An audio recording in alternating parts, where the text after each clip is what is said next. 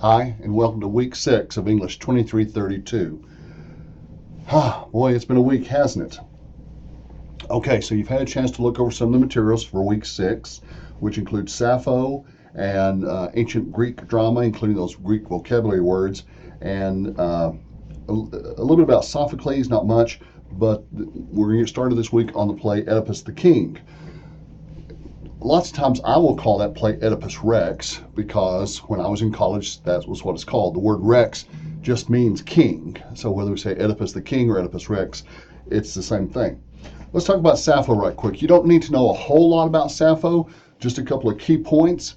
One, her poetry was considered lyrical, not because of the harmony or the iambic pentameter, but because it was made to be sung to the lyre. The word lyric comes from lyre, a small stringed instrument, and so we consider her poetry lyrical for that reason.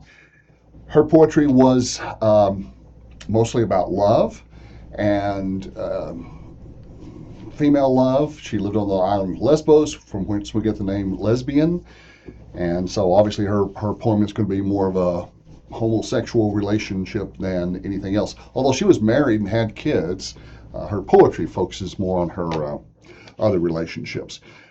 Her poetry, the big question here is, did enough of her poetry survive? Because first of all, she lived a long, long time ago. And just as time goes on, more and more poetry gets lost. Plus, during the Middle Ages, the churches set out to deliberately find and destroy her poetry. They thought it was sinful, and they didn't want to be exposed to sinful stuff, so they sought to burn her poetry. And mostly what we have are somebody who's quoted Sappho, and so we may have a line or two lines, or sometimes we have short poems that are complete, and sometimes we have just fragments of lines which were written on the wrappings of mummies. So, yeah, her work survives in unique ways and for different reasons, but it's good poetry. My question is, do we have enough of it to judge? It's not to be considered a great poet. It's not enough to write one good poem. You have to have a body of work. You have to have a canon so that your efforts can be judged, so that we can tell whether you're really a good poet or not. And I'm not sure we have enough. Of course, I'm no Sappho expert, but it doesn't seem like there's a whole lot published of hers, or a whole much left existing, much left extant. The quote on the PowerPoint says, do you agree that, quote, these fragments fully justify the enthusiasm of the ancient critics? Sappho's poems give us the most vivid evocation of the joys and sorrows of desire in all of Greek literature. Wow, that's high praise for just a few short poems and a few fragments of other poems. To be honest with you, I don't really know.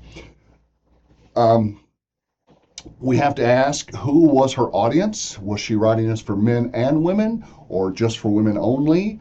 We have to ask, were her poems widely accepted in her culture, her society? They had a different view towards sexuality than we have had, but it's hard to say if she was considered great in her time or not. We also have to ask, and we ask this of a lot of poets, was she really a real person? Was she one person? Or is this just a convenient title like Homer for a group of poets?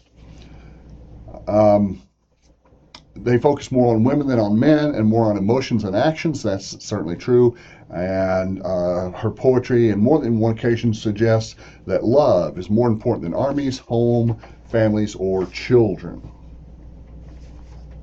All right. Let's skip over to Oedipus Rex. I'd like you just to get started. Now, this is a play. This is not a long play, but it's very deep. The play Oedipus Rex, or Oedipus the King, is really one of the foundational pieces of literature, not only because it influences other literatures like the Bible, the Hebrew Bible, but because of its influence on our culture, specifically on our psychology.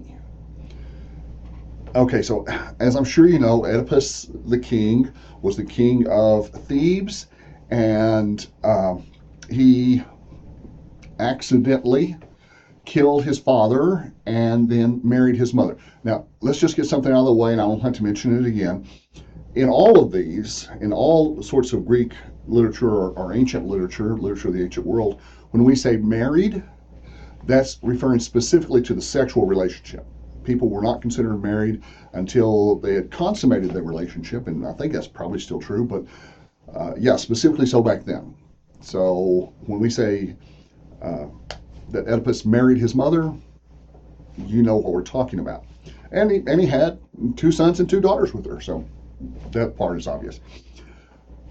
But it also gives us a chance to talk about taboos. What is a taboo? Why is something taboo? Now, we know that when two closely related people have offspring, that those offspring have a much greater chance of having physical and mental deformities, and those deformities can be much more severe than non-related people's offspring. But there's more to it than that. It seems like there's something inherent, uh, something that just feels wrong. And it's not just because of our culture or our laws or our constitution or our history. It's really something more embedded with who we are. But this gave a guy named Sigmund Freud, and I encourage you to do a little bit more research on this because it really is a fascinating area. But Sigmund Freud said, you know what? Every boy, when going through psychosexual development, has a desire to kill his father. Now we've kind of updated that and we say replace. So every young boy has a desire to replace his father and sleep with his mother. I don't know, because he's talking about young boys, and I'm not convinced of the validity of his theories, which in some cases have been discredited. But it just shows you that this play and the play Hamlet, ancient literature, has had a huge impact on modern thinking, even though it was just kind of a phase that psychology was going through at the time. But anyway, be sure you know the characters, and because I've given you a list of those. Be sure you know the themes. That's the main ideas. And for such a short play, Oedipus has a lot of themes. There's a lot of main ideas here, especially fate versus free will. Now, we'll talk some more about this next time, but I want you to understand the definition of what we're talking about. Fate is the belief. Now, we use a lot in our culture, but we use a slightly different meaning. In ancient Greek culture, the word fate meant something that was just going to happen. It had to happen. It was bound to happen. It wasn't just accident. It wasn't just, yeah, so that happened. No. If something is your fate, then it's got to happen no matter what you may try to do against it. If it's your fate to get a speeding ticket, you may very, very carefully drive the speed limit all the way to work, but then you glance at your phone, your accelerator slips, or maybe the engine just grab some extra gas and you kind of shoot forward right at the time the police officer pulls out his radar gun and you get a ticket because that was your fate. So fate is that part of our life over which we have no control. It's going to happen no matter what we try to do against it. Free will, on the other hand, is pretty much the opposite. Free will means that we influence everything that goes on in our life, that nothing happens unless we are directly responsible for it. You may argue, say, well, once I was in a car accident when someone ran a stop sign and T-boned me, that's not my fault. No, not directly, and certainly not legally. But if you had not left your house at exactly the time you did, if you had not driven the exact speed that you drove, if you didn't happen to be in that intersection at the exact moment that you happened to be there, that accident wouldn't have happened.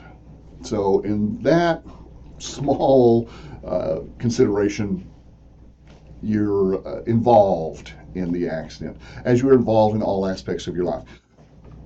And most modern Americans don't truly believe in totally free will or totally in fate, but the ancient Greeks apparently did. Because when you look at what Oedipus went through to try to avoid his prophecy, you just have to ask yourself, what else could he have done?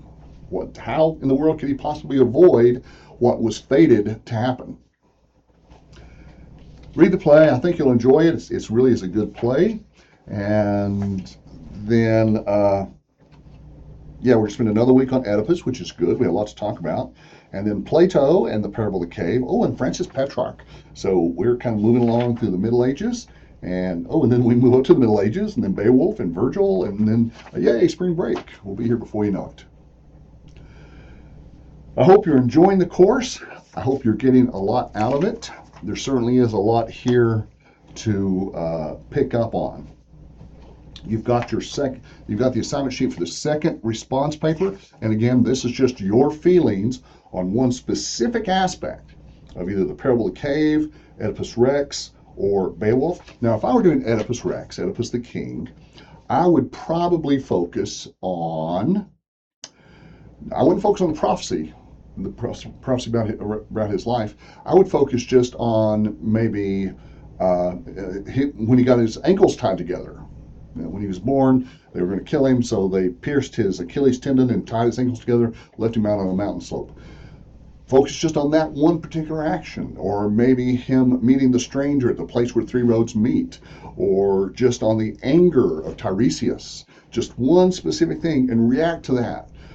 And you can talk about your initial reaction and then your thoughtful reaction, or your cultural reaction versus your personal reaction. You can just be sure you understand the play, because one thing you don't want to do is commit factual errors. Don't say, well, when Oedipus killed his mom, well, Oedipus doesn't kill his mom, so you got to get the facts straight.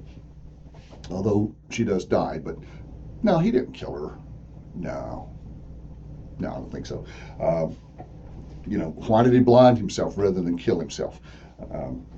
Again, we'll talk more about that next week, because again, there's a lot to unpack here. But take your time, go through the play slowly, pick out those parts, those quotes, which are going to directly support. Well, no, I'm sorry. I was thinking about my other class. No, you don't need quotes in your paper. I'm sorry. This is not a research class, so you don't need quotes. Now, you can use quotes if you want to from the play, but you've got to do them correctly. You've got to cite them correctly. You've got to do the works cited page correct.